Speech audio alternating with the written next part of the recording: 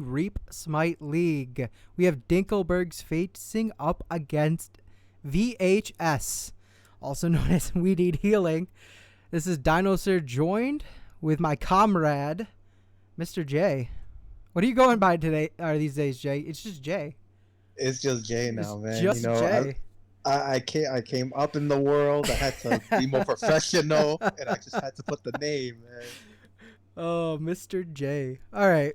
Well, Jay, we're looking at some picks and bans here. We got Rama and Mercury, and then on the other side, Merlin and Freya. How do you feel about these bans? Well, I like the Mercury band. Makes sense. Mercury has shown with this meta to be a little more than a nuisance. Like he's one of the better junglers out there. Same thing with Freya. Freya's just Freya. Yeah. You don't want to face a Freya. And Absolutely. then I'm kind of surprised with the little Rama ban, like the first ban overall. But maybe it was just a target ban. Maybe they did a little research on their carry and was like, we don't want to see that. So Could be. we'll see how it goes. I think that currently Rama's in a very good place. I don't know if you tune in the SPL at all, but some of the commentators were talking about how I think it was Aggro was saying he thought Rama was the best ADC. And while I will disagree with that, he is in an extremely good place. And he's like the hunter's hunter, if that makes sense, right? Like he's the ADC's ADC. He's about as ADC as you get. So, and then also having that ultimate is huge, being able to steal objectives from, like a mile and a half away. We do see the Thor locked in. Thor, Jay, how do you feel about Thor? We're not seeing so much Thor being played in the meta recently. Is Thor still in a good place, or has he sort of kind of fallen by the wayside to this new, I guess, auto attack meta we're seeing? Well, with the auto attack meta was kind of the reason why Thor's like seeing a little less play than he used to. Thor's still Thor. Like even with everything that's happened, he still does his work that he's done before. It's just there's always, the AA gods with the new items, with Golden Blade being, cheap and everything. Like you always see those AA gods come up. But I mean, like Thor's still a solid pick and still is something to be feared in that jungle. Yeah, I think he still got like everything you want out of a jungler, right? That ability to rotate really quickly, be able to pick off one member from the back line. So, yeah, I'm not surprised to see him being picked up on the side of Dinklebergs. See a Jingwei and a Cerberus locked in, as well as Poseidon. Talk to me about Jingwei. I feel like Jingwei is another sort of god who's falling out of favor, but is still heavily favored, if that makes any sense. Yeah, Jingwei's basically the Thor of the hunters, where it's like she'll never just fall out. She'll always be good.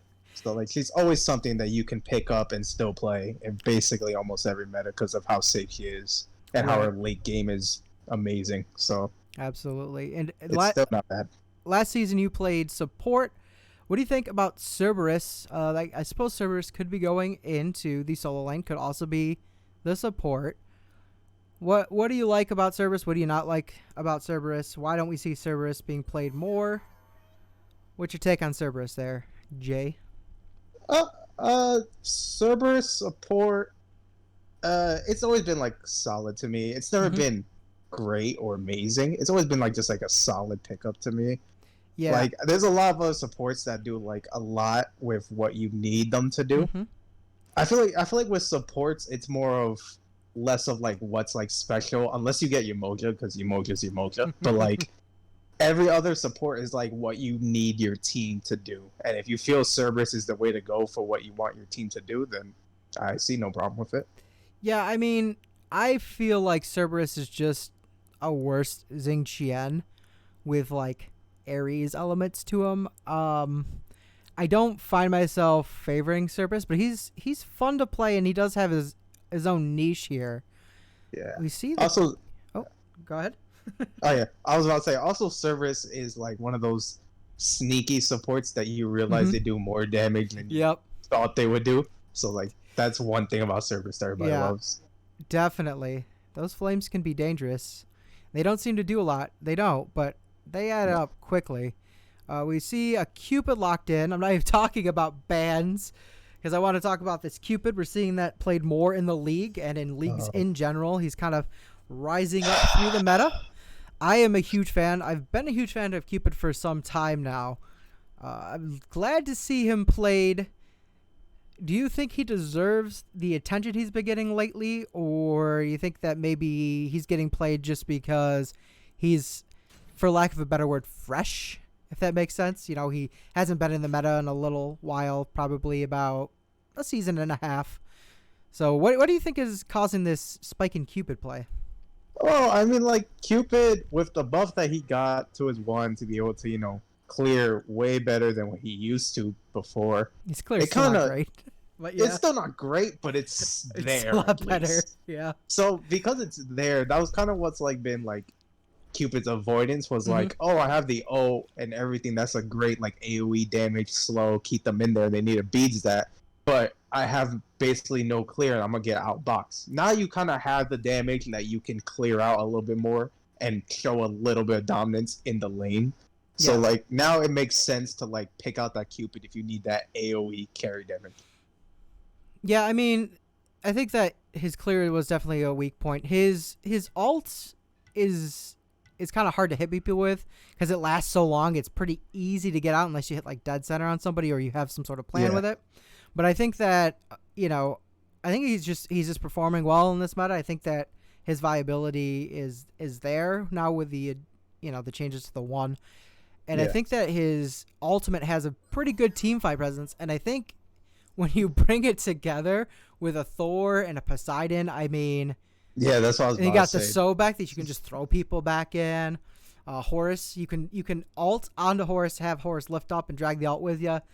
I mean, there's a lot of good options I think there on the side that's of I was about to say. Dinklebergs. If there was a team to play Cupid in, this would be a nice team to play it into. Nice, A yeah. Thor and Poseidon, yes. Absolutely. Just saying. I mean, obviously, Yamoja's sort of worth talking about, but I think we've covered that. Yamoja's just probably the best support as long as you can play her properly Yeah. in the game, hands down. Yeah. I mean, Cthulhu, nothing too surprising there. Merlin, not super shocking. Hercules, I mean, yeah, nobody likes Hercules. Nobody likes Uh, Hercules. You ban the Choo Choo Train. I know that that's a favorite of Mystery Rabbit, so I think that is a targeted ban. But even still, Kukulin is like, he's very good, and he can offer a lot of early game pressure. Achilles, you execute suck. That's the end. Nobody likes execute. No one likes execute. And then Ganesh is literally a counter to every single guy with that silence. I think another thing worth talking about is this Nox selection from Mr. Dr. Adam. This is a pick I think we've seen him play in the past. I know that he likes this Nox. Does Nox have a place? Can you make a Nox work in the mid roll?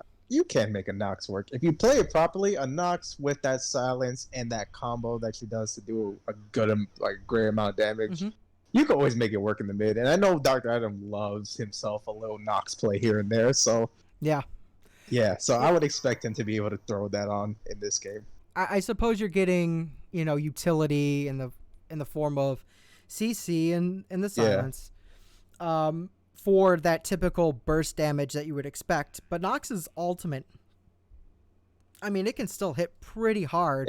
It's not like she's a truck. Yeah, she's not like a slouch, but I think you do give up some of that big burst, potential. And then you have Poseidon on the other side who definitely doesn't lack that at all.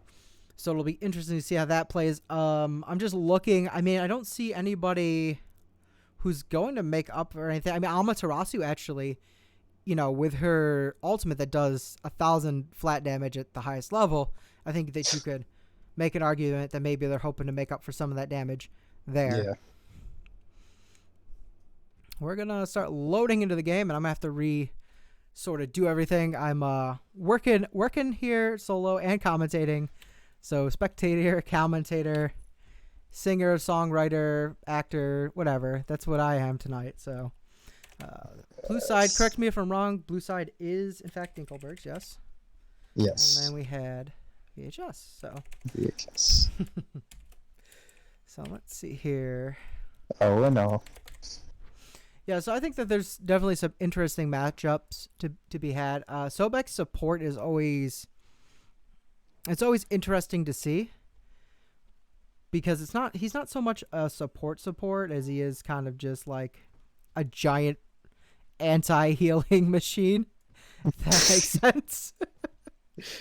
He's there to stunt your growth. And obviously he can be a little risky. I know when I play Sobek, I have, thrown couple of people back to my unsuspecting teammates and gotten into trouble. So you gotta be a little careful with that unwieldy Sobek. As I just gonna switch back over here to the game for you. There we go. We'll get rid of the bands. We got health bars. Wow, look at this. Spectator isn't completely broken for once. What do you know? That is a shocker. It's a Christmas miracle, Jay. Absolutely. Just running through these builds here. Anything standing out for you? I think everything is pretty bog standard. Cerberus opting for the Chalice of Mana. I mean... That... No, go ahead. Yep. I don't think... I'm going to just go out on the limb here and say that's not the play. It's not the play, Jay. It's not the play. Now, I've talked to Skylar about this, but she is absolutely insistent on that Mana Chalice. I just... like... So, I mean, hey, sometimes if it works for you, it works for you, you know? And who am I to argue, except for somebody who plays a lot of support? Oh, but that's one thing I do say. I'll say if it works for you, it works for you, man. And, I think that when you're trying to learn the game, when you're practicing, that's the time to maybe break from that habit and take a chance to improve it in yourself. Come game time, I think, especially at this level, maybe being a little bit more comfortable is the play. As we see some boxing happen here in the carry lane, the long lane, the duo lane, if you will, and no more boxing going on. It's about early game. That's what you expect to see, Jay. Do you expect to see any sort of early ganks here? I mean, with a Ratataskar and a Thor, that's a possibility I think that we could see. But they also might just opt to farm instead of doing a level 2 dual lane gank. What do you think the play here is, Jay? I know you're starting to expand to that jungle. Sorry, I started to lag a little bit. So for the early game, definitely I want to see some rat ganks. You are right at Tosker. Early game, you are known for that. So yeah, I think that's the key. You really want to make Rat's early game count because his late game, even with I think the Acorns, he still has a weaker late game.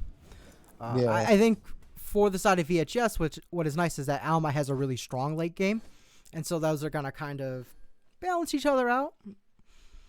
I'm not sure if that's exactly what you want. Oh, it actually was a Sobek. Excuse me. Solo. As the Goose picked up Sobek, and he's doing a little work with it. How do you feel about... yeah. What, Sobek and Solo? Yeah. We've seen that drop off a cliff. And then... Sobek Solo is one of those guys that you play where it's like, I'm not going to win lane. I'm going to just sit here and be so annoying that you're gonna want to leave, and then when you leave, I'm taking your tower. That's Sobek Solo to you. Yep, that sounds about right. You're basically playing support where your objective is to annoy the other team as most as possible. Literally. I could sit here and heal. What are you gonna do about it? See, Adam, I'm running a little bit low on health here, and I don't think that's any surprise to see a Poseidon outboxing a Nox. And I suppose he'll probably get pretty comfy under that tower. Yeah, both of the mids are playing basically their number 1 picks. Spartan loves that Poseidon. Yeah. And then we said Adam, him and that Nox. I mean, they're gonna have a little box max over there. There's something just fun about playing Poseidon. That Kraken is so satisfying to hit. Like, oh, amazing! It's amazing if you land it. It's addictive, man. So I understand liking the Poseidon. I mean, we're not seeing, at least in the upper levels, we're not seeing Poseidon played too much. He's not always looked over. We do see him occasionally being picked up. I mean, where do you feel Poseidon stands? Is he, is he pretty good? Can he hold down the fort, or is he maybe slept on a little bit more? Poseidon is good. I just feel like the reason we don't see him a lot more is because Poseidon kind of needs a little comp around him. Yeah. Like, you wouldn't just throw Poseidon into any comp. You kind of need a comp that will, like, keep them there for Poseidon to run up and get that ult in and get, like, 3 or 4 targets. Sure. Which is kind of like this comp, which is, like, got the Cupid, you have the Thor ult, and, like, you could kind of combo it, which is why I love their team comp. Just half a second too late on the switch there, as the Goose picks up the first kill of the game, and he's going to start proxy farming. And at level 5, that's kind of dangerous, and it doesn't look like he has any vision on this rat, and the rat has noticed. He opts to not punish him for now. Looks like Amma doesn't notice either. A little more action happening here in the mid lane, as the horse has opted to rotate out of the dual lane. Level head of his counterpart is Thor ults in, gets a big stun. Jing's going to ult out, however, and just retreat under to the safety of the tower. Looks like Cerberus is going to start chasing. I think this is a dangerous play by the Cerberus. I mean, you're kind of out here in no man's land. Vile's going to come to her aid, and he's save her for another day. Nox also looking to help out. Dude, they have no wards in that jungle, so they don't know where anybody is. So they're kind of a little bit dangerous whenever they're trying to rotate out of their own jungle. Let me look at the wards here. Yeah, this looks kind of it looks about right for what you should be looking at as far as wards are concerned, except for when you consider that they do have the free ward that only lasts a minute. We're seeing about 6 minutes in, we see 3, 2, 2, 2, 2, 2, 2, 2, 2. So, I mean, the number of wards are right, but I don't think the wards that they're placing are right to have that make sense. Does that make sense? I don't know. The wards that they placed aren't right to play. Yeah. Okay, so they're using, I don't think that they're using actual wards. Some of them do have some wards here, but my guess is that they're instead opting for this vision shard. They're using the vision shard. The vision shard only lasts for a minute and has a 2-minute cooldown. Yes. So I'm saying that while these ward play stats look about right for the amount of time that's on the screen, I think that they're not right because they don't have the ward coverage that they need. You can kind of see that on the map, right? I mean, I only see 1 or 2 wards sitting on there on the actual map right now. So warding very important. What's actually even more important, I guess, in a competitive environment is sentry wards, and that's something that these lower teams tend to overlook. The upper teams also tend to overlook. So except Jaws with a Z, I want to give them a shout out because they're the only team I've ever seen that go 5 sentry wards in like let 10 me ask minutes. you, Jaws with a Z, do they have Big Donkey as their solo? Is that who they're soloing? Yeah, that's why. That's why. Yeah. Let me tell you something. When I play with Donkey, he beat sentry wards into everybody. He does that to them as well. Yeah. That's where they learn. That sounds like my boy Big Donkey. Shout out to Big Donkey. Let's see, Horus diving in with a big stun. The knock up onto the Cerberus. A shell might just save, but there goes the Kraken. And Skylar is going to head back to the fountain. Yeah, because that's literally what I was saying before about their team comp, that they just have that ability to just combo their ability together like that. Yeah. Thor 2 stun into the Poseidon O for a perfect hit, taking out the Cerberus. Like, I'm really enjoying what I'm seeing so far. Look at this. Look at this Sobek, man. Oh. He's just proxy farming up a storm, going to take the back camps, and he is having his way. This is not what you expect from from that god at all.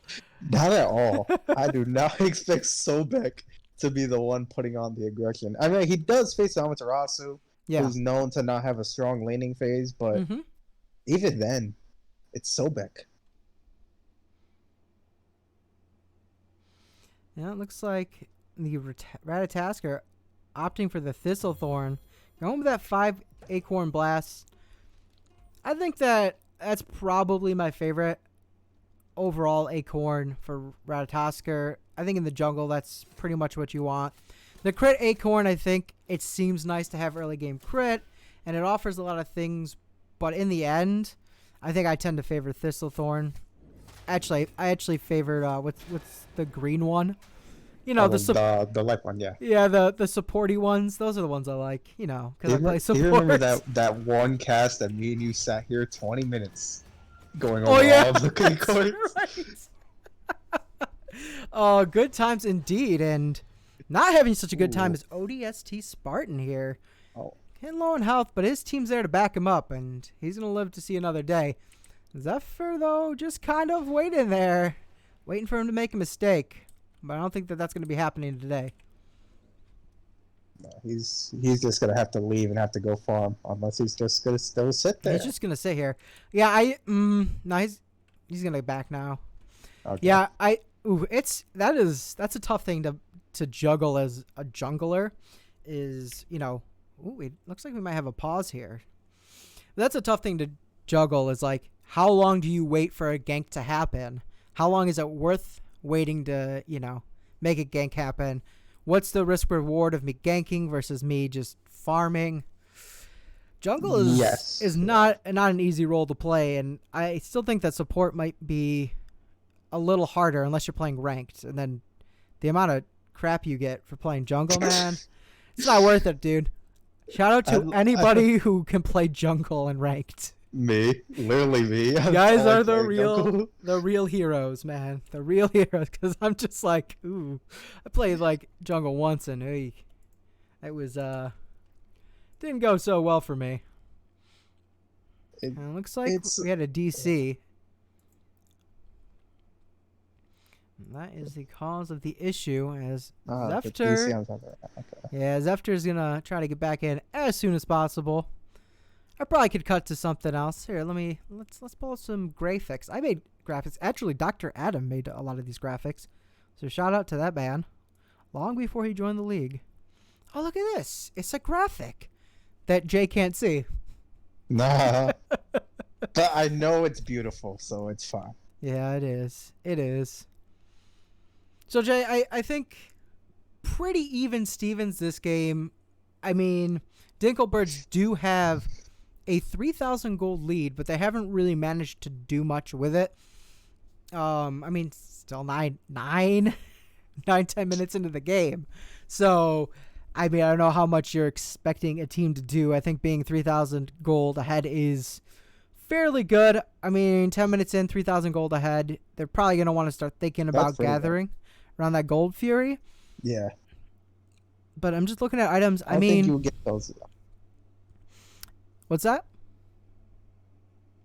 Sorry, I just had a little lag, man. But I was saying, with the 3,000 gold, you kind of want to get those items up, and then start putting a little bit more pressure, because getting to the point where you're going to want to look towards either that gold fury or that pyromancer. Yeah, I'm looking at the golden hand. Alma Tarasu, actually, for VHS, has the most with 3,000. She's going to want to back after she gets this totem, which you guys can't see, but she is currently paused at the totem. Cupid's got 21. Nox has about 2,000. So there's definitely... Thor's got 1,500. I mean, there's definitely some people who could do with some backing. And it looks like... Hey, we're back in the game. Let's go. So I think that there's definitely some people are going to be looking to back. Typically you're going to want to get a kill or something before you go for that gold theory. But given the current state of warding, you might be able just to backdoor that bad boy. Yeah, I mean, like, it's given, like, that you kind of made it obvious, like, beforehand that they don't have that backside warded, so you could kind of maybe sneak it in. I still would want to play it safe and get a kill there before you go ahead. I'm a force to ult to get out, and Sobek unimpressed as he just stands still in lane. We're going to have an ultimate coming from Kid Slim here. Right onto the tower. Goes straight for Rose, the giant Kraken, taking her down. And Rat's going to jump in, but going to be a little late to the party. And I think this tower is going to go to the wayside. It goes down. It ain't no lie. Baby, bye. Bye-bye. It was just, the old stun and ult. Same thing that Poseidon's been doing since the Golden Ages. Yeah, I mean, not too surprising, given that it's a Poseidon into the Nox. The Nox really isn't going to shine. And it looks like Zeptar has noticed this Gold Fury pull. He might try to do something, but his ult is down, and Cupid's going to use his ult to secure it. And, yeah, he's just going to have to walk away from that one. Ooh, a pluck by Sobek onto the Nox. Throws him away from the party. A Thor dunk, though. Ooh. Takes Dr. Adam out with no problem. The Goose picking up a kill. Dragonman's picking up a kill. And that's going to be... And Gino picking up a third kill. That's a 3-for-0. And the Gold Fury. That's going to put Dinklebergs substantially ahead. So that there was just one of those things that, like, you learn as time when you play in competitive. If you lose that Gold Fury, you kind of just have to give it up and then go find something else, go get more farm. You can't sit and try and fight and, like, try to get, like, make up for it, because that can happen to your team when you lose 3 and you lose gold like that. And they're going to use that advantage to go ahead and grab the Pyromancer as well, and the Totem of Q. That's the big W right there. They need a forfeit after that one. It's over. It's kind of funny because I was like, hey, this is about the time that you're going to want... Ooh, it looks like Horse is actually ulting in. They're going to go down this Amaterasu, so we'll hold that thought just a second. They might also get this tower. So Kraken comes out, but that's going to be a gigantic whiff. Ooh, and Adam picks up a kill on a Dragonmen's. Ooh. And the rest... And the rest of the Dinklebergs are going to retreat as Ratatasker looks to maybe make up for some of this loss. But it's funny that we were kind of talking during the pause about, you know, this is about the time they want to start making moves to get objectives. And sure enough, Dinklebergs were right on it, and they went for that. Ooh, and that's going to be a stun on a Zeptar as he is out of position, way up, and Adam's coming in to help. Oh, but he's managed to turn it around, and Gino has to run away. But Poseidon comes into the battle using the Whirlpool. This doesn't look too good on the side of VHS. His Ratatasker does get away, but Adam loses his life. Skylar going to use her ults, throw him back into it. She's not going to make it either. That's going to be, well, 2 for the side of Dinklebergs. And here's Dragonman's just sitting under his tower. VHS is behind a lot right now after what transpired between the gold. They kind of need to start just farming and just, like, getting what they can and just try and get a little bit more gold. You can't really go out there and try and team fight or get caught out like that. Jay, here's the surprising thing. That's what's happening. Look at the levels between the 2 junglers. I know it's even. I know. You would have thought that by now Gino would have managed to get some sort of lead. But I think that Zeptar's just been kind of farming more instead of grouping. Whereas Gino's been more of a team player, and that's kind of kept them even. Which, not the wrong call, I don't think. It's not the wrong call, but I do say because Gino decided to be a little more like ganking team fighting, whereas Zeptar decided to farm. I feel like Gino has gave a little bit more impact for his team, which kind of gives his team a little bit more of this lead for the rest of the lanes. Yeah, absolutely. And that's kind of the trade-off with being a jungler, right? Do you gank, do you farm? Yeah. You gotta find what works for your team. And this seems to be working for his team as they're up 8 kills to 1. And they have about a 6,000 gold lead, so... Adam dashing in with the Nox, that's a dangerous move. But I suppose he does have the 2-on-1 advantage. Look, it runs in the family, man. What can I say? We just dash into things. What do you want me to say? You dash first, axe later. That's right. Oh, as Zeptar running into the Goose, and the Goose is just fed. He's so strong right now. So now they're going to use her ultimate to pull him out from the tower. And Zeptar getting plucked, and he's surely dead. That's going to be 2 more for Dinklebergs. And I think VHS is going to have to regroup and really figure out what they want to do here, because they are, well, they're getting snowballed, and it's an avalanche coming. It's just like with all these fights, as well as what I said before, that they kind of need problems. Well, I mean, look at these fights, right? They're going in one at a time into 5 people. Yeah, that's what I was about to say. They're being picked off, man, and you gotta group up. You gotta stay under the Phoenix now because you're so far behind. Let's just take a look here at the XP difference, and that's almost 8,000. So you're a considerable portion behind. 16 minutes into the game. I mean, pretty much 8,000 gold behind as well. Yeah. So 11-1. Your towers are going down. They're gonna get this Oni Fury, and that's just gonna make things even worse for the side of VHS. Is they're triple gathering up here, but they're going in without their support, who is opting to push out that lane. I don't know if that's necessarily the play I would make. Not the play I would make either, but let's see how it works out. Jay, what's rule number 1 for being support? Oh, you sit with your team and you die when they tell you. You're always by somebody. You're never by yourself. Yes, never. There is no reason to separate. Unless you're Hercules, but you know, that's not fair. Yeah, unless you're Hercules.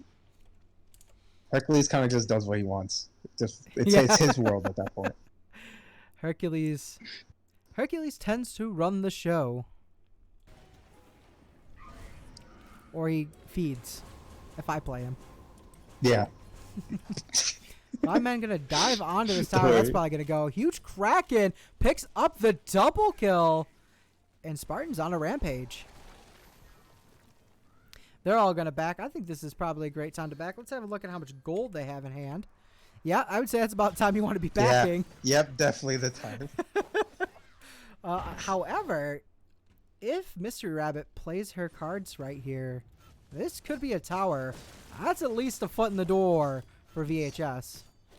Get a little something back here. Get the totem too. Some golden mana. Zeptar's trying to solo this Pyromancer, but he is having trouble, and he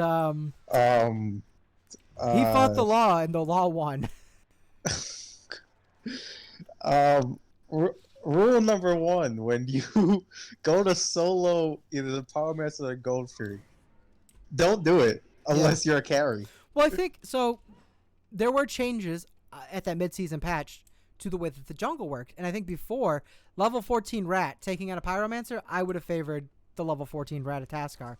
I think after the changes, and now that's going to go to the side of Dinklebergs, you can't be doing that. I mean, maybe that Jingwei could have sold it. Probably, actually, I think, with the Devil's Gauntlet you see there. But other than that, oof, that's a rough call. And I think, you know, it's tough too because I think that you need to make plays like that happen right if you're behind. But I think that Amma needed to come and help as they do take that Fire Giant, and no wards to be seen for the side of VHS. Not surprising though. I suppose Ratataskar could have maybe placed one while he was there, but I mean, Dinklebergs really have VHS pushed back. Here's Zeptar just all the way in the jungle. He's risking it for the biscuit. He is. And, you know, I would say conventional wisdom would say it's stupid. But I think that's the kind of bold play you're going to have to make at this point to turn things around for your team. So, but what do I know? I'm a carry that dashes into fights. So. You see Rose getting plucked there, and she might live to see another day. Nox is going to have to watch his positioning, though. As the Goose does actually pick up the kill on the Cerberus, but he's all the way alone under the Phoenix by himself. That's a 5-on-1. But VHS unable to capitalize as we see the Nox ult come out, and it basically tickles the Goose.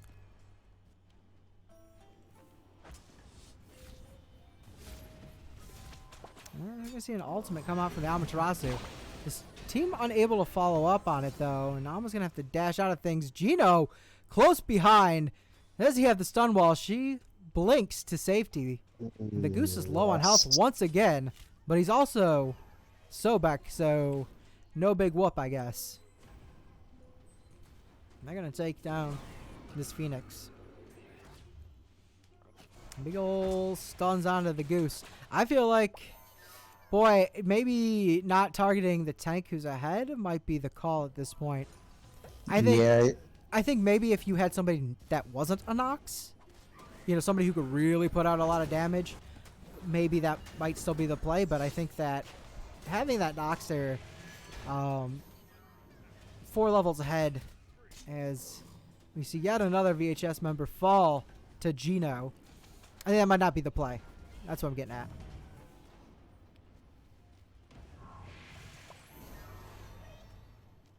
Well, Jay, if you're in this position and you're on VHS, what do you do? Okay. So, Oh, sorry. He's got a Yeah, plan. okay. He's Yeah. ready.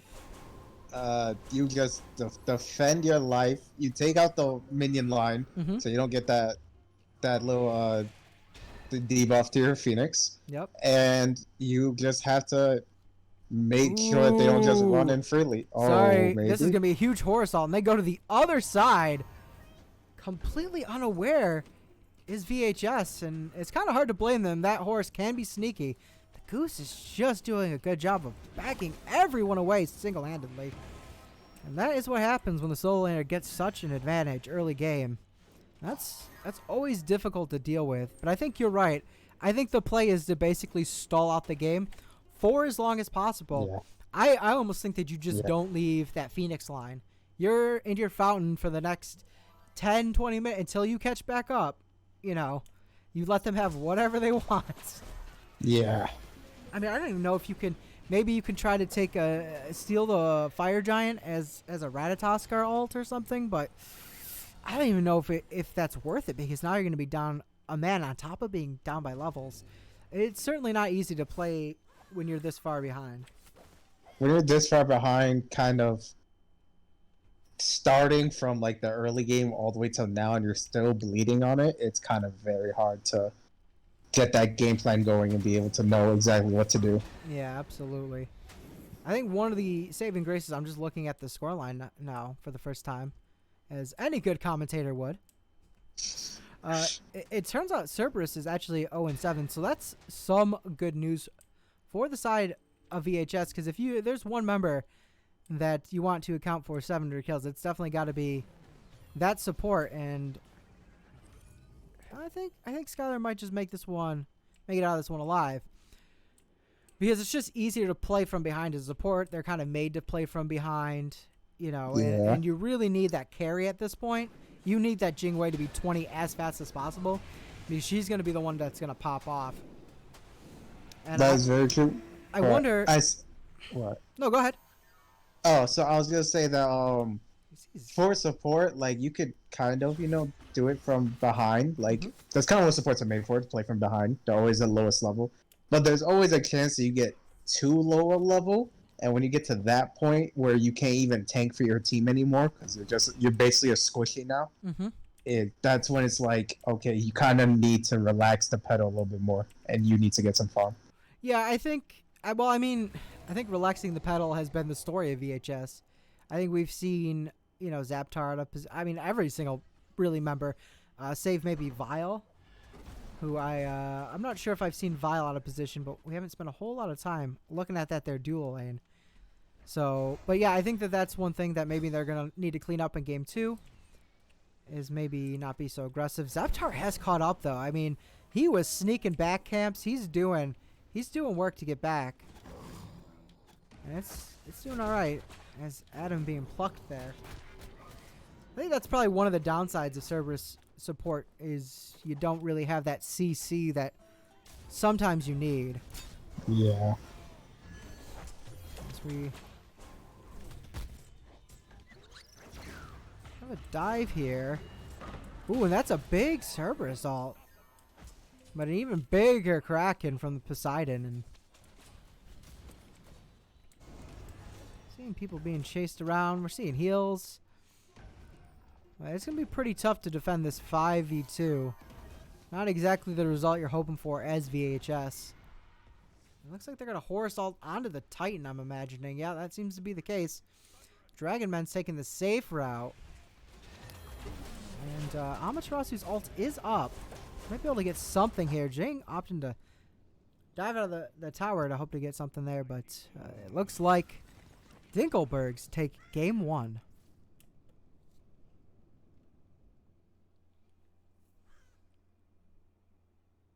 Closing thoughts, Jay? Well, I feel like Dinklebergs played that really, really well. Like they just got immense pressure in almost every lane. Oh my! No, for anybody who's watching this, you cannot see the disappointment that's in my face right now. I figured out what it is though. Or It's the escape button. See, when you push the escape button, it brings up the menu, but not in that screen. It's the only screen in the game where it backs out. Oh no. for those viewers that don't know, I am in charge of putting the stats in, and I always take a screenshot of every detail. And this has happened before, and Dino has heard my disappointment before. Oh. Listen. But now I'm casting, so I feel like this one was intentional. I felt it to my heart right there. Yeah. Shot to the heart, and Dino's to blame. I give Spectator a bad name. Unfortunate. Unfortunate. I mean, there's not too much, I think, to sort of cover with that last game. I think we pretty much hit everything. As Dinklebergs just ran the show, I think one thing that is worth mentioning is that I think VHS, despite, let's be honest here, getting stomped, I think that very much Game 2 could be different with just a few tiny adjustments. I would say that it kind of comes to a team comp thing, because Dinklebergs built a comp around that Poseidon, and that Poseidon delivered the entire game. I mean, that's absolutely fair. Yeah. So that's why I was the whole game like loving their team comp, and I feel VHS kind of went gods that they know individually, but they'll work together. Like there was no real synergy with that team, so I feel like they need more of a comp that might synergize together as a team and team fight more. Considering that they were running into team fights one by one and getting killed one by one, they kind of need to just group up, get a comp that can like fight the aggression that Dinklebergs are giving, and run it back for game 2. See if you get more strength going. Yeah, I think what we saw was basically a competitive team faced a ranked team in a way, right? I mean, that's a ranked team comp against a competitive team comp. They played like a team, like a competitive team would, Dinklebergs did, and VHS played like a ranked team would. So I think that, again, it's just a few minor things. I think that could be corrected on the side of VHS to kind of bring them back around. Things like not going it alone. Maybe Zeptar not being so aggressive. Although it did end up working towards the end for them. I think that might not have helped them because it just lets them isolate you, right? You saw the Serb do that too. Kind of going out, maybe looking to play some wards, and then all of a sudden, oh, here's 5 people ready to jump you. So I think just you have to be a little bit more smarter about your positioning in competitive, because you do have the factor of comps to account, or comms, and comps, but comms to account for, right? Yes. You can always be, you always know where the other players are because you're talking in comms and you're like, hey, look, the Nox is into my lane. She headed towards dual lane. Her red buff is down. I know that she has it right now, so it's, she's not getting red buff. She's headed your ways, guy. Back up. And, things like that. As long as your comms are very clear and concise and you're talking, I mean, you have so much more information than you would if you were playing a ranked game. So you have to keep that in the back of your head. The jungle's so much more dangerous in competitive than it is in ranked. For that reason. Yes. I also have a hot take for Zeptar. Yep. I want to see him something on other than Rat.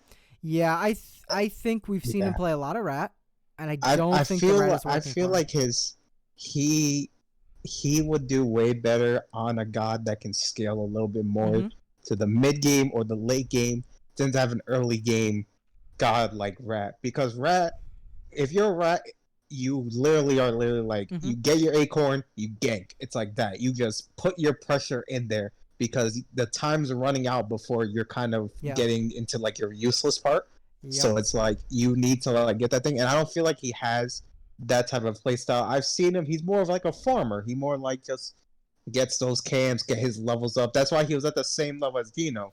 Gino was Yeah. ganking and everything, but Zeptar was farming. So I feel like if he plays more of a god that's like, I can farm early, I can farm mid, and then I could come into team fights mid and late and have an impact like that, I feel like he'll do way better for his team. I agree. I think that's a extremely good point. I think that if you're going to pick an early game god, you got to play it like an early game god. And if you're going to farm all game, pick something like a Kali. I would love to see Zeptar on a Kali pick, man. That would just be so good. And I think that maybe Zeptar is just a little too comfortable on that rat too. I think that sometimes when you play ranked or casuals and you play a god a lot, you feel really, really comfortable. So you play more aggressively than you should in a competitive environment like this, and you get punished on it. So I think that maybe instead opting for, something a little different might not be a bad call. Looks like game 2 will be starting up soon here. Oh, looks like we're jumping in it. Yep, here we are. There we are. Hey, so we're gonna go ahead and just flip this over for you. Look at that. I'm the master of spectator and commentary.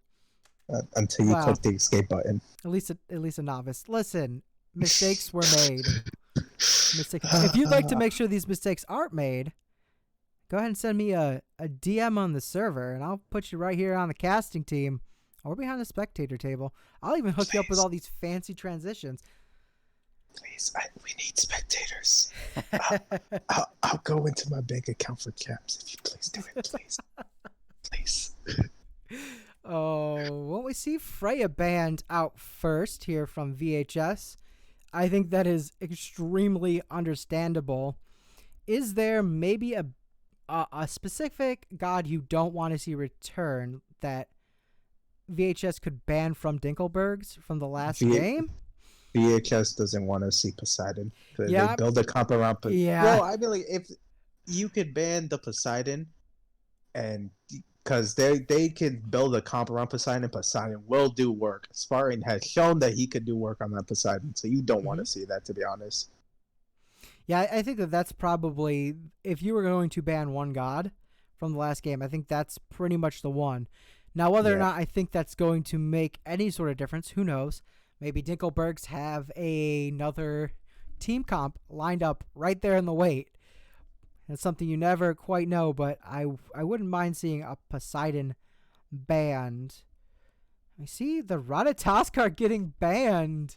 Apparently, Dinkleberg's not a huge fan of having to face that rat. I am extremely surprised. I'm going to be so honest. Yeah, I would have probably let him run that back if I was Dinklebergs. Yeah. I will say that I'm extremely excited to see Zeptar play something that is not rat. So we'll see how this goes. What does he have in that god pool? And there we see the Poseidon ban. Yep. Yeah, I think Kali would be just mwah.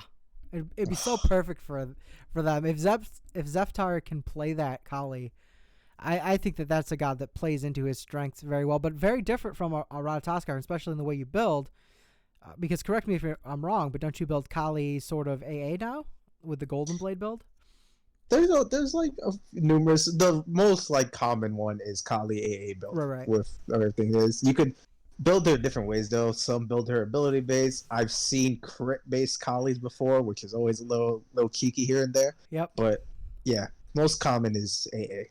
See the Nox being banned out again. Another choice I don't think I would be looking to ban out myself, but they opt for it. Maybe trying to make Adam a little uncomfortable having to reach down into that god pool of his.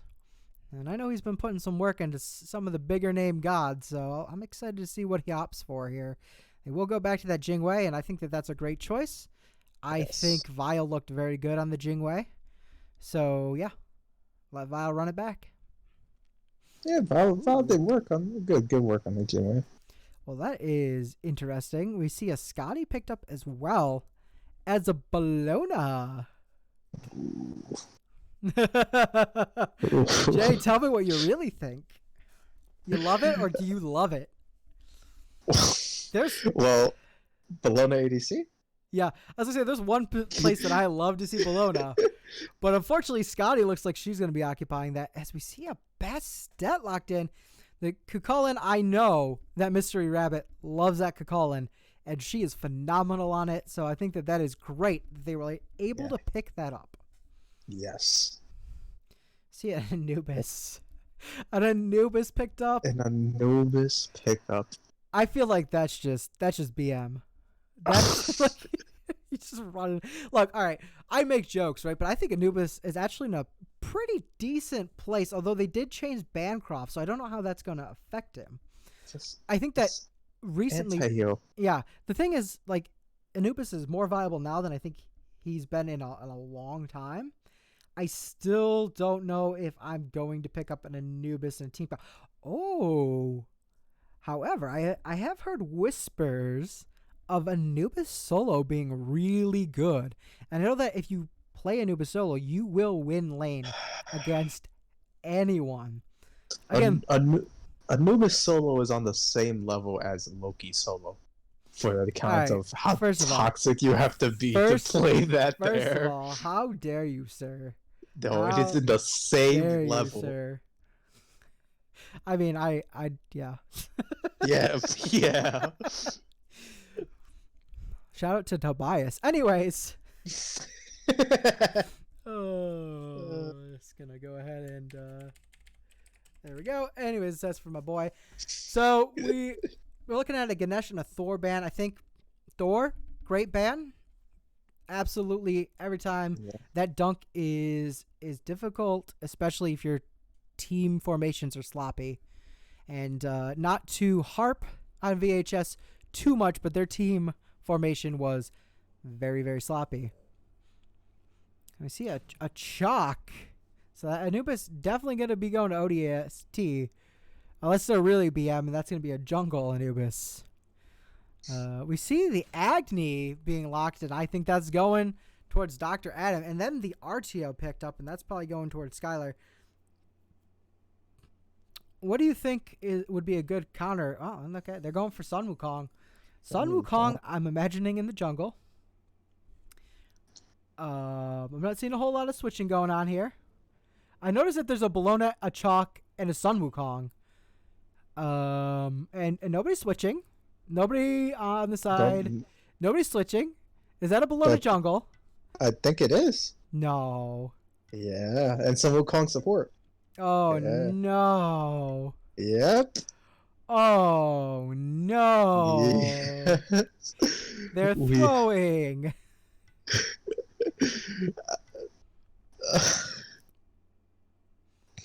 Uh-huh. Jay, what do you I love it. I love it. I love it. Oh, Jay. I'm glad that this is going on in my watch. I'm so glad. Oh no. This is what I want to see. Here's the thing. I think that Song Wukong actually is a decent support. I think that as far as supports go, he gets overlooked. I think that's just because if you're going to play him, you play him in the solo, you play him in the jungle, he's just better there.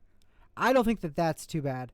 Chalk against, a Choo-Choo? I almost favor Chalk in that matchup. Chalk, the rule of Chalk is what? He wins early game, loses late game. Rule with Anubis, he wins early game, he loses late game. Rule of Scotty, don't play her. Bologna jungle, don't. What? Why? Why, man? Why? I see this happen all the time in casuals and ranked. People try to make Bologna jungle a thing. It's not a thing, guys. It's not good. It's not good. It's not good. Bologna ADC is good. Bologna jungle is not. It's not that good. And I get it. Again, that's. Here's the thing though. This is an early game stomp comp, is what this is. Minus Scotty. I don't know. Okay, whatever, Dragon. You have your day, man. But this is an early game stomp comp. That's exactly what this is. And they're looking to finish this game out in 20 minutes or less. Yeah, they're looking to just run through. The minute it passes the 20-minute mark, they are on life support. Oh, man. These are some spicy picks. I love it. It's not bad. I say it's not bad. You know what? It's nowhere near the comp from game one. Let me tell you that. Yeah, but it's not bad except for the Bologna jungle. There's no world that I Bologna don't, Jungle is I don't good. know. I don't There's know. Maybe no universe. Nope. Nope. with the new like the way the Absolutely swords not. work, Nope. and you get block Zero stacks, amount like, good is what Bologna Jungle ever will be. and you could just ult on people's Mm. heads like that. Like, Nope. I don't know. Her ult is terrible. It's It's also her only escape, by the way. yeah, yeah, Yep. It's. Let me tell you, playing Bologna ADC, I learned very quick that that's her only escape. yeah. Oh boy! I I will mean, say, you got the one that can go like 5 meters. your little tiny dash. Yep, I mean, sure, dude. I think Blink has a farther range. Oh man. Yeah, I think. Geez, I mean, I think the only weird pick for me right now on the side of VHS is, I mean, it's got to be that Bastet. Big question mark. I mean, Bastet, when she was reworked, she was picked up a lot. Saw some minor changes. People call them nerfs. I call them more like tickling. They sort of tickled her skills a little bit, kind of like what they did with Heim when they nerfed him. But you don't see her played as much. I think she's extremely predictable, and that's one of the reasons why. It's kind of like Ymir, right? Ymir on paper, extremely strong god. But because you can see all of his moves from a mile and a half away and you know exactly what he's going to do, he's pretty close to being useless. You know, barring some sort of miracle. Yeah. I like Bastet. I have played her a little bit, and I enjoy playing her. It's just I wouldn't pull Bastet out in competitive. Yeah, I think that's what we're talking about here. I think, you know. Yeah, that's the thing. I like Bastet's good, but like in competitive, where you have 5 mans on comms, so they know where, and they'll just call out where you're jumping from and where you're gonna jump back, so they'll just jump on you as soon as they can. Like, yeah. Because all you need is, once you jump in, to have the support immediately stun you. By the way, the support is RTO, who has some pretty good stun that would counter a Bastet dive. Anyways, I think once you have that... Oh, also like a cripple, you know. But, you know, other than that... Well, I guess they're on the same team. So, yeah. I think that's one thing that is kind of interesting about this Bastet pick, though. Like, who's countering Bastet on the side of... Dinklebergs? I mean, who's the stun person? Anubis.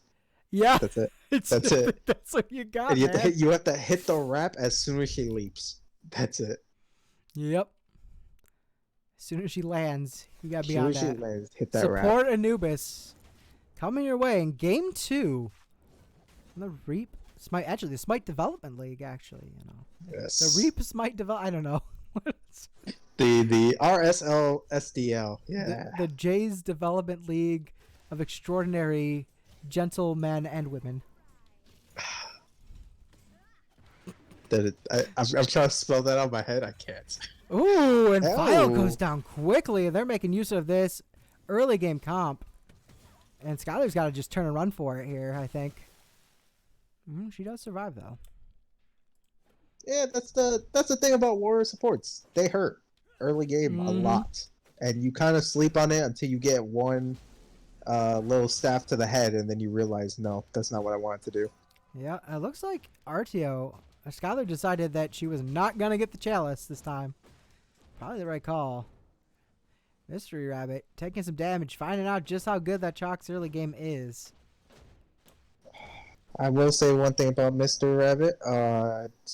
The health chalice and health pots, they're a no-no anymore because they don't stack anymore. And you go those. Well, yes and no. What do you mean, yes? Yes and no. So I would personally not go with it, but it's not necessarily the wrong move anymore if you really want a lot of long-term sustain. You're not going to be using it, right, to outbox anybody, but if you want to last that lane a little longer than your enemy, you can go with it. Again, not what I would do, but I don't necessarily think it's a no-no. Just probably don't, though. As we see, the Anubis picking up a kill, and that's 2-0 for Dinklebergs. Because putting that early aggression, that's what their team is. I mean, As that's what we expected, and they're playing that to a T. And I think that VHS is going to have to adapt here. Otherwise, they might just lose this game to Dinkleberg's game plan. Just to win early. That's what I'm trying to say. Yeah. Yeah, and they need to back off. You're not going to be able to box them. Mile finding himself in a tough position, and Slim's going to pick up that kill on a Rose. That's probably the best case scenario, I think, for VHS, the way that turned out. And Zeptar just diving in late. I don't think that that's the move. That might just be a play out of frustration, I think, or desperation, trying to make something happen, keep the team morale high. But Mystery Rabbit doing work of her own there in that solo lane, bringing up the team morale, and smart enough to die to that tower, meaning that she can't be ganked. And give up some. What's that? Brain. You think it was a big brain play, or you think it was just actually just stood in the tower dive? It could be from the tower dive. I'm gonna say big brain play. That's big what I'm brain. gonna say. I'm gonna say big brain play. Big brain big play. Stun onto the Agni, and Agni did pick up beads, but unfortunately beads are down. Because of the early game aggression. So understandable, I think, and they're gonna rotate to try to take this. Oh, don't. Okay, they already got it. It's like, Adam, please don't pull the red buff. I've seen Spooky almost die too many times trying to take that red buff by himself. Oh, and that is going to take some damage at their middle tower, so. Yeah. Unfortunate. Not too much, not too bad, although it is down to 3/4, and we're 4 minutes in. Not exactly what you want to see, but it could be worse, as it looks like Sun Wukong. Slim here looking for the Gankaroony. Yes, that's right. I said Gankaroony. The Gankaroony. The Gankaroony. Heidi Heidi-ho, Niburo. Oh, boy. Taking a look at the builds here. I mean, nothing standing out. Looks like Agni is opting for the pen build instead of the oh-so-popular lifesteal build. Do you prefer one over the other there, Jay, or is it 6 in one hand, half a dozen in the other? I'd like to each your own. Yeah. That's another kill for Anubis. As they look like they ganked. Yeah, they're going for the invades. They're steamrolling here.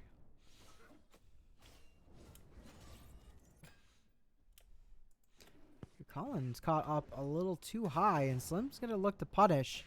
But Kakalin, no problem walking out of that one, I think. Really well job into going into this Chalk. See, Chalk usually is like never loses lane. Now he's getting a lot of pressure. Jay, what happened, man? Are you 4 rooms over? What are you, ruler here? You're in the same room as your mic, man.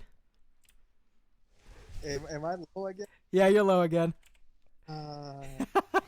Jay having some technical difficulties here. As we see Zeptar getting jumped in his own jungle.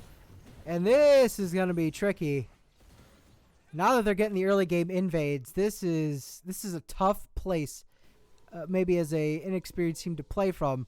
Even as a really experienced team, this is a tough place to play from. And I mean, VHS is really gonna have to put on their thinking caps and figure out a way to, get back. And Mystery Rabbit looking to steal a little something back for her team. The big kill. Thank you, Jay.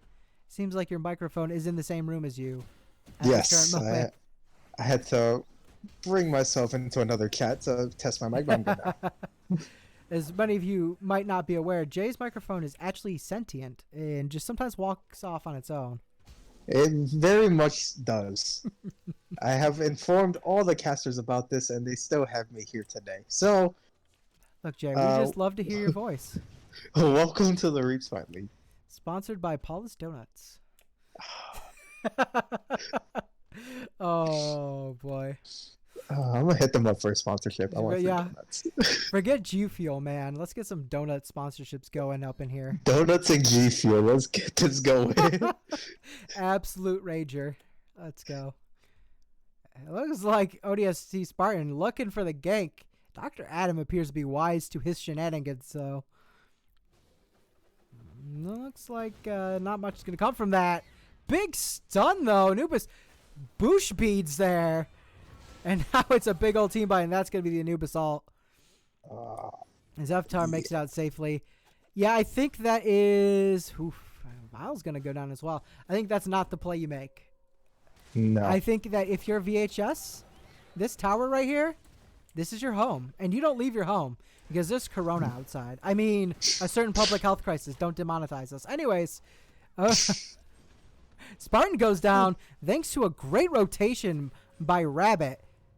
Slim taking out Zeftar, though. And Rose chasing for the kill. This is a dumb play. Yeah. Almost worked, though. Excuse me. And they're not going to get the kill from that.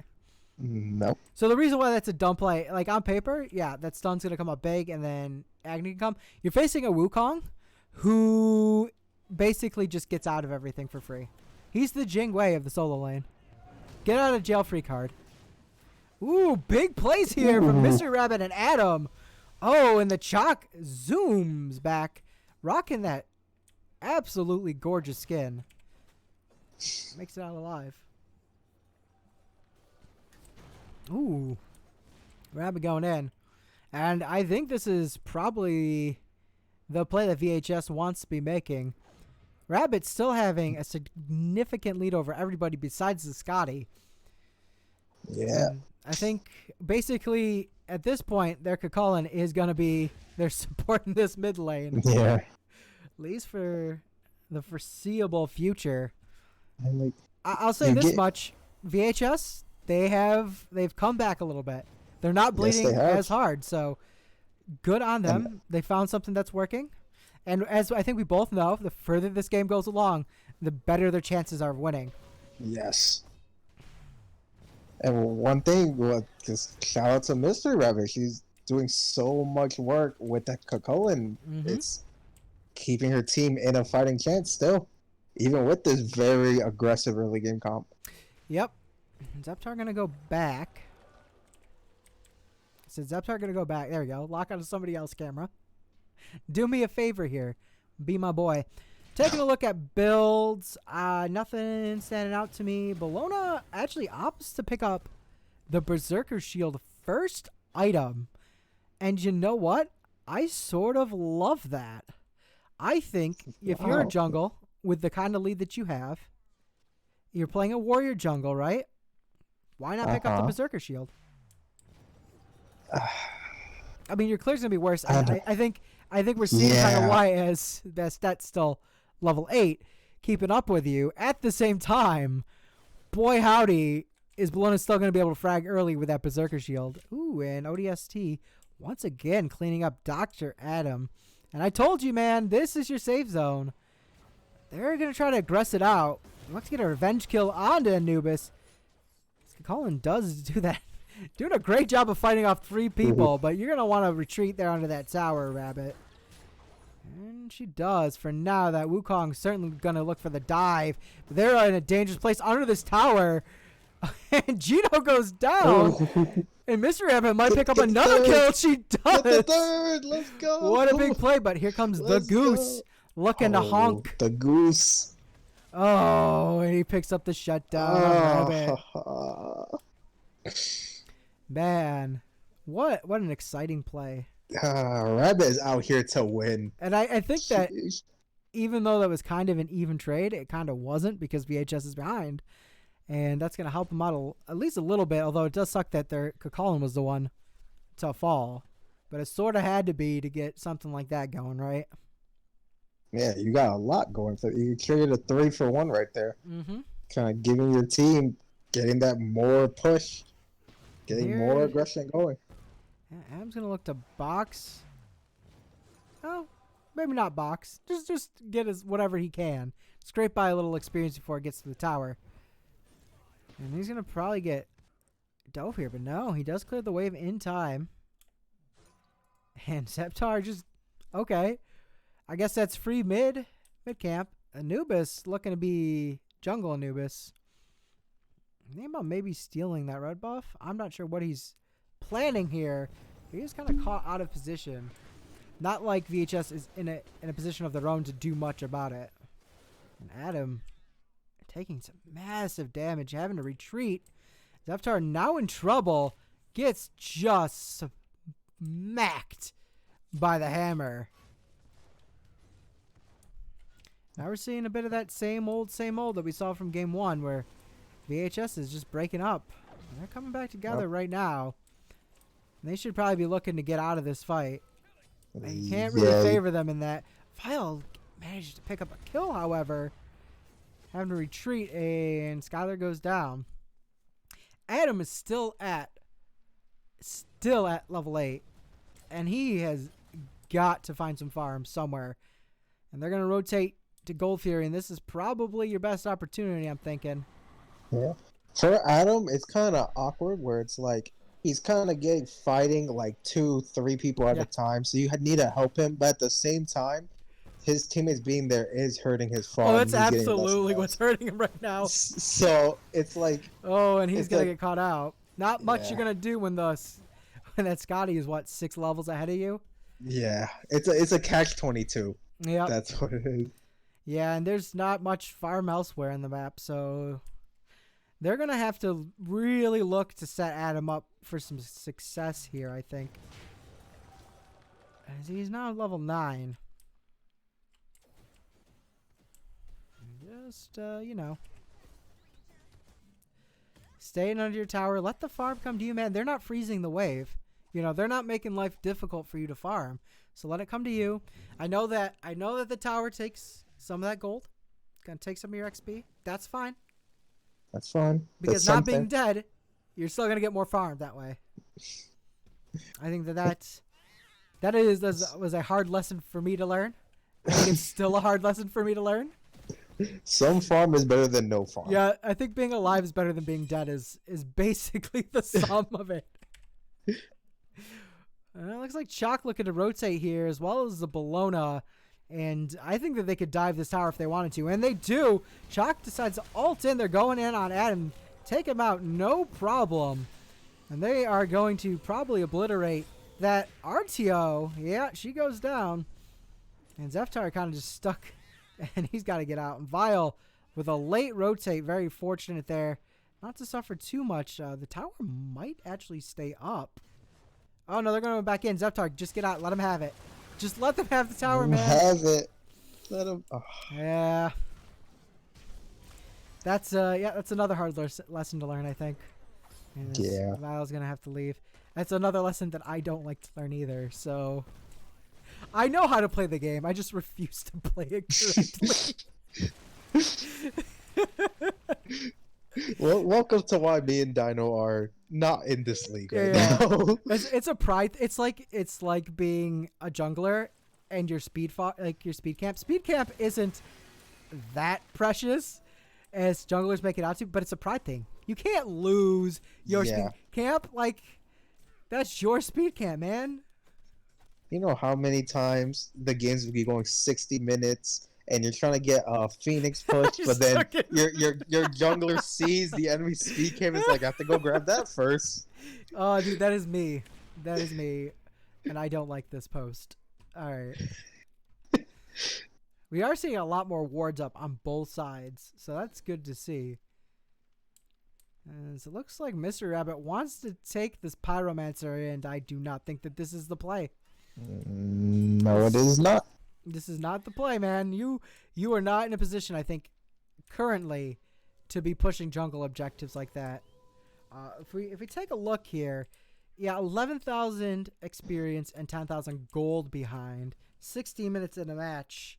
I personally would be looking just to turtle. Try to turtle the game out a little bit. Yeah. I think, like, honestly, with the current team comp, I would have been looking to turtle at level 1.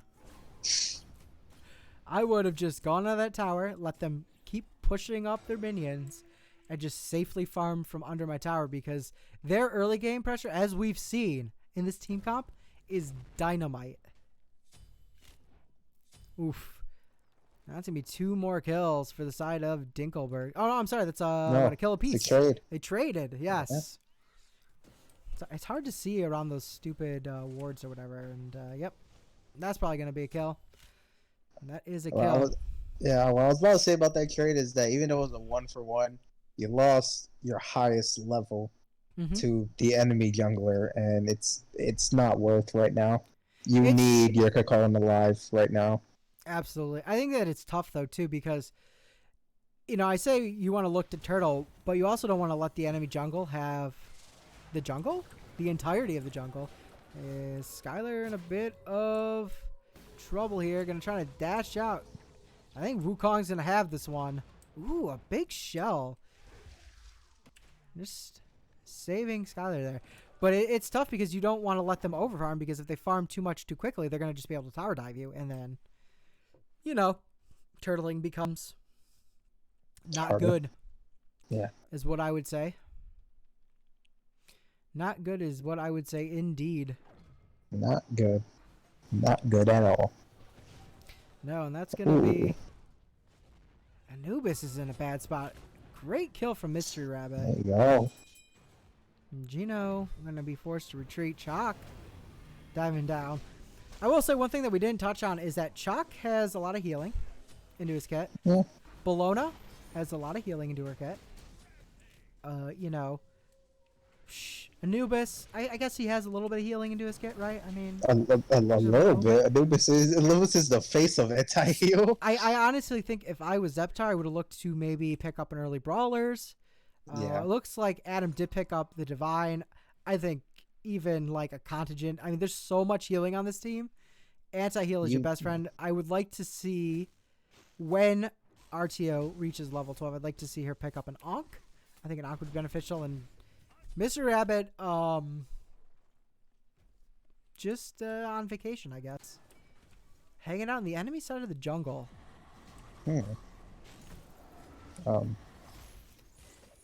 I think. Okay. I think that's the right call at the wrong time, if that makes sense. I think if the rest of your team is up and preoccupying them, being that Kakalin, being the only one who's so far ahead and tanky enough to kind of be able to take on a few people, I think doing that works perfectly fine. I think the issue is when you do that and there's 5 people on the other team alive and when you're the only one alive on your team, I think that play doesn't necessarily work out the way that you had hoped. I say that would be the right play at the wrong time with the wrong person doing it. That's my thing. Yeah. Yeah. Like that should be like Dr. Adam or someone that really needs farm that you go distract while they get farm. Well, I think that maybe that works. The issue I think is Adam's so far behind that's an extremely dangerous play. His clear isn't going to be as good because those jungles are going to have higher protections and things. And I think that really the play itself was just to deny the other team farm instead of hoard it for yourself, if that makes sense. Yeah, but then you also have your highest level out of the fight, which is... like I said, right play, maybe wrong time. Yeah, I think you're right. I think that you definitely want to probably stay grouped up. And I think that, Slim is a little low here, but I don't know if they're going to be able to do much with this. Chalk's going to now rotate and look to intervene. Rabbit separated from the group, and they're going to just back off. Adam refusing to back off. He's going to load some bombs down, and he dashes out finally, having used his abilities. Mr. Rabbit getting a kill. Slim is a little low. He might get turned on here. It's a bit dangerous from him. Nubis picks up the clean up for Mystery Rabbit. That's going to be a 1-for-1 trade. Zeptar diving in. He might pick up a kill here. Ooh, those cats doing some work. Not enough, unfortunately. I think he's just a little lower than he needs to be to pull that assault off. And Rose sticking up there, and Vile trying to provide some assistance, and they're both going to get out alive. Overall, I think that was pretty good from the side of VHS. That was good. You got one, even with the low level advantage, the low advantage that the other team has, you still got a 1-for-1 trade out of that. I do feel like Dinklebergs took a fight that they didn't need at all. You Yeah. guys were already half at your tower. There was no need to try. It was kind of getting a little bit too greedy Ooh, with that's a your good farm. lead. Some juicy, delicious farm for Yeah, Adam there. that's I love the perfect stack right there. wave. However, some even juicier farm, I think, going to the side of Dinklebergs, as well as the Fire Giant buff. As this is absolutely poor gratis. Yeah, that's for free, my man. Yep. That is for free, but I think that defending the Fire Giant there was probably a mistake. So, good Yeah. call inside of VHS. I think right now, if you're VHS, your number one priority is keeping everybody on your team alive. Yeah. I Just think you lose somebody, and that's just gonna let Dinklebergs be so aggressive. And I mean, the game is a lot closer than you might think it is, considering how long Dinklebergs have been ahead. And we know, again, VHS does have that late game team count, so they just have to hold on. And eventually, once they all catch up on levels, their team comp should favor them, especially as they start to get these anti-heal items online. Still want to see one out of that Bastet as the Goose diving in. Ooh, and Kakalin chunking him. That's a great dive from Zeftar. there we go, Zeptar. There is Goose. And we're starting to see things maybe turn around a little bit. Bellona's still able to do work onto Adam. Not surprising, he's a little squishy as abilities flying all over the place in this mid lane. See Dragonman's pick up a kill onto this Jing Wei. And that's going to be another kill onto Zeftar. Maybe the boys hung around just a little too long on that one. Yeah. You kind of just had to take that kill that you got back there and then retreat back to Phoenix. You were playing Phoenix defense right now. I think that it's tough because you see them low in health and you're like, oh, I got to get the kill. But you have to remember that when you're on low in health as well and they're up on levels, they're going to win that trade-off. It's just going to happen. With Fire Giant too. Yeah, especially with Fire Giant. And, oof, Mystery Rabbit taking big damage there. Adam just unloading everything he got by a little bit of space and time for his team. But they are going to go in on this Titan. And this might be game 2. It's going to be tough. There's a lot of defense still left onto this Titan, but Adam's bombs are up. It's going to be quite the maneuver here if VHS are able to defend it, and they are not, as Dinklebergs take game 2.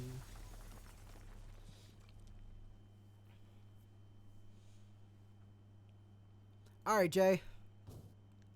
Hit me with it. VHS played better than game 1. I will say that. They did play a way better. They kind of fought the aggression that they were facing. Mystery Rabbit was doing so much work on that Cullen, keeping her team alive in that entire fight. Mm-hmm. So, overall, they still have a lot they need to work on. Yeah. But, they did show a low fight in that game, too. I think that they didn't recognize the early game comp nature of Dinklebergs. Yeah. And I don't think that they respected it enough. Because, I mean, yeah, that team comp is just, we're going to win. And they won in 25 minutes, and that's basically what you're looking to do with that sort of team comp. I'll say that game 2 looked a lot better for VHS. It was just, unfortunately, it looked a lot better after they had pretty much already lost the game. Yeah. Which is tough. It's tough. They're a new team. When you're not used to playing a comp, you don't quite know what you're getting yourself into. I know Gino and Slim, a lot of experience playing comp. Wow. They at least have a season, right, in the Reap Smite League. Yeah, they have a season of Smite League. Right, worth of experience there. Oh, we'll say, you might have hate the Scotty, but you see that Scotty right there? I don't hate the 10 Scotty. and 1.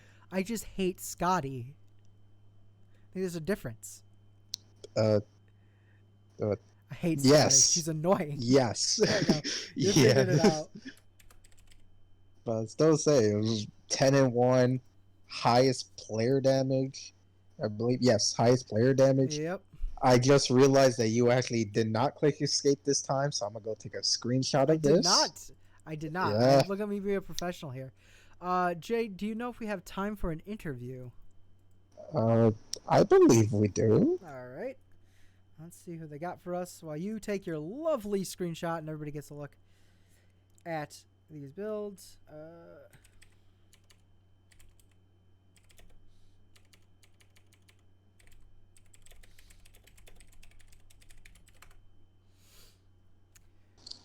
Yeah, I think that this VHS team has a lot of growing to do.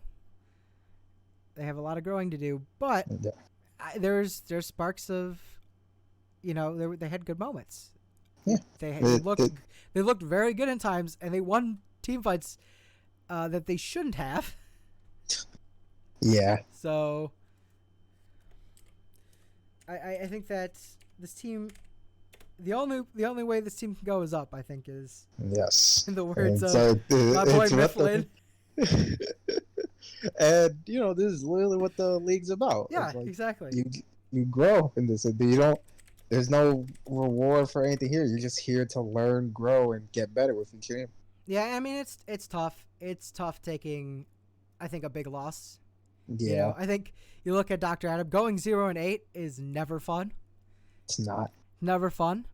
But you can always, kind of go back, look at the VOD, watch it, and learn from your mistakes. Come back next week a little bit stronger. And, it's like playing Dark Souls, right? You play Dark Souls, and you get your butt handed to you. And then you play on your second time, and, man, oof, It's so easy. it's so easy. Yeah, Yeah. exactly. All right, Come back and learn. we are currently joined by jungler extraordinaire. It's Gino. What's up? Bienvenidos, my friend. What? Hi. Welcome. Thank you. Look, my So- Spanish so- is a little rusty. So Gino, how is your team feeling about that win right there? Pretty good after that close game last week against Dynamite. We kind of felt bad. It was a good set of games, but we kind of felt we could have done a lot better. But after this, we're feeling pretty good. Yeah, I think there's certainly always stuff when you play competitive that you can walk away with and sort of improve upon, for Yeah. sure. And that's kind of like the nice thing about being in a league like this is that there's plenty of opportunity to learn from. Speaking of which, please educate me on this Bologna jungle. I've been playing her. For You're one of what, those like a people. month? You're one of those people. Yeah, I've been playing for like a month, and I don't know. I really liked the god when I started playing. I liked her whole kit, Mhm. and She's fun. Yeah, she's really fun. And Yeah. when the AA gods got really good in the jungle, I just had to try her out, and I've been loving her ever since. Yeah, interesting. I see that you didn't opt to get the golden blade. Instead, you went for No. the. Yeah, you went for the berserker shield. Was that because you were ahead? Is that just something you think works out better for a Bologna jungle? I think it's always good to get some defense with Mhm. Bologna at the beginning. Even though she's a warrior, I think she's one of the more squishy warriors. Yeah. And you don't really need Golden Blade since you have your cleaving autos Yeah. on your two. So as long as you keep them up, you can do your yellow, your heartbeats pretty easily. Right. Yeah. No. I mean, it looked pretty good from you guys there in that game too. Jay and I were talking when we saw this comp. And we're like, man, this is a little trolling. But the more I looked into it, it seemed like your objective was to kind of win the early game and not let them push it to late game. Was that something you guys were planning on doing coming into game 2? Am I just way off? Or was that something you did in response to seeing their picks? I mean, yeah. Talk to me about Spartan's most played god is Anubis, Yeah. and he just really likes playing him. And yeah, we kind of went over the chalk for the early game potential. Right. I just really felt like playing Bologna. I really like the god, and I've been trying to work her. And yeah, pretty much. Kid's been working on his Wukong, which has a pretty good early too. So yeah, we kind of did base it on early game comp. Mm-hmm. That would still be a bit strong, not as strong on early game, on late game as it is in early game, but Right, but a little viable still. yeah. Yeah. Gotcha. Yeah. Yeah. Well, it seemed to work. Whatever you guys were trying to pull there. I think that's gonna wrap up my questions. Wait, Jay, wait. do you have anything? Yes, I have one question. Okay. So I saw the game last time against Dynamite. You guys had a good showing, but it ultimately ended in the 2-1. But in this game, it's like you guys improved a lot more. I've seen a lot more, like especially in game one, where you guys would just group up together, time your ultimates perfectly in order to be able to use them at fullest potential, and like just run me through like the preparation, how it was like practicing getting that going. To be honest, Dragon hasn't played in about 2 weeks, so we haven't really had the chance to practice with each other. Right now, Kid is not our support. Well, yeah. Our support's doing some personal stuff. He hasn't been able to join us these past 2 weeks. But yeah, I watched over the VOD of last match, and I realized that there was one play where I just missed everything on Thor, which kind of made me feel like shit. I gotta work that. And yeah, I talked to Goose, and he said the same thing. Don't miss your full combo, and just tell us when you're gonna ult, because most of the times I said I'm gonna ult when I was already in the air, clicking where I wanted to land. So yeah, I think that was pretty much it on my side. I don't know if the other guys did anything. We haven't really been able to practice as a group, but yeah, we just try to communicate and try our best. Oh, did show in that game one and that game two as well. Thank you. Yeah, I felt pretty good about that. All right, my questions are answered. Dino. All right.